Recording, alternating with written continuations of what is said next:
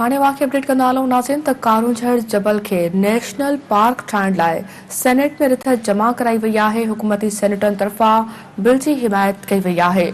Nagar park सां तालुक रखंदड़ सेनेटर कृष्णा कुमारी सेनेट में रिथ जमा कराए छॾी आहे। कृष्णा कुमारी जो चवणु हो त कारूंझर असांजी सुञाणप ऐं असांजो क़ीमती असासो आहे, इन खे नीलाम करण जो सोचे बि नथा सघूं। अवांखे नाज़रीन अहम ख़बर ॾियूं पिया। कारूंझर जबल खे नेशनल पार्क ठाहिण लाइ सेनेट में रिथ जमा कराई वई आहे। हुकूमती सेनेटरनि तरफ़ां बिल जी हिमायत कई वई आहे। नगर पार्क सां तालुक रखंदड़ सेनेटर कृष्णा कुमारी सेनेट में रिथ जमा कराए छॾी आहे। कृष्णा कुमारी जो चवणु हो त कारूंझर असांजी सुञाणप ऐं असांजो क़ीमती असासो आहे, इन खे नीलाम करण जो सोचे बि नथा सघूं।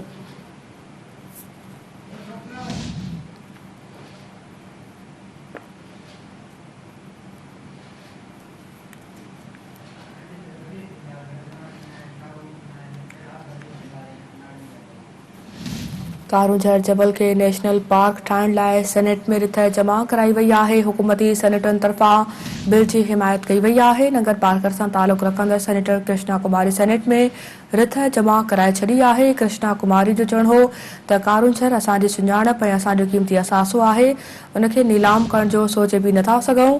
अवांखे नाज़रीन आगाह कयूं पिया। कारूंझर जबल के नेशनल पार्क ठाहिण लाइ सेनेट में रिथ जमा कराई वई आहे।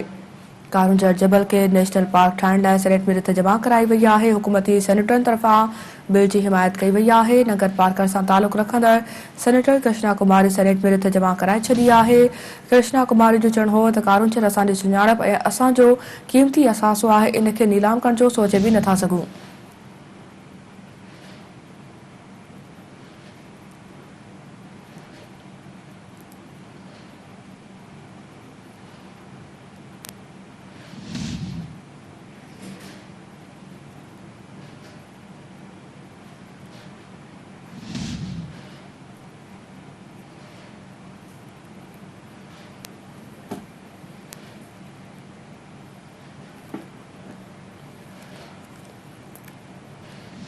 नाज़रीन अहम ख़बर अवांखे ॾियूं पिया। कारूंझर जबल खे नेशनल पार्क ठाहिण लाइ सेनेट में रिथ जमा कराई वई आहे।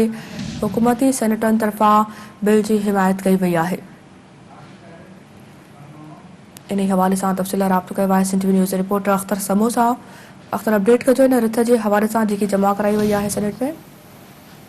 जी, नगर पार्क कारूंझर के नेशनल पार्क ठाहिण लाइ सेनेट में हुकूमत सेनेटरनि पारां हिमायत नगर सां तालुक रखंदड़ सेनेटर कृष्णा कुमारी कारूंझर के नेशनल पार्क ठाहिण लाइ सेनेट में रिथ जमा कराई छॾी।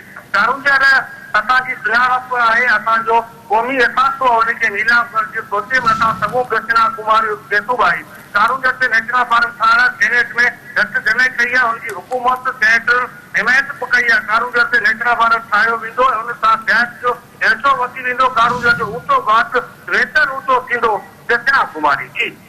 ठीकु आहे अख्तर, वॾी महिरबानी अवां जे हवाले सां अपडेट करण जे लाइ।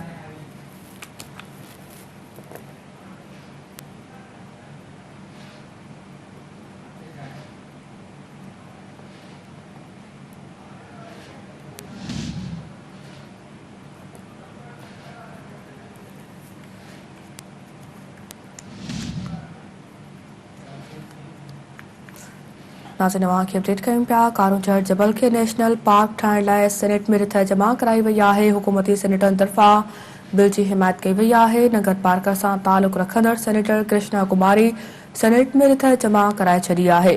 कृष्णा कुमारी जो चवणु हो त कारूंझर असांजी सुञाणप ऐं असांजो क़ीमती असासो आहे, इन खे नीलाम करण जो सोचे बि नथा सघूं।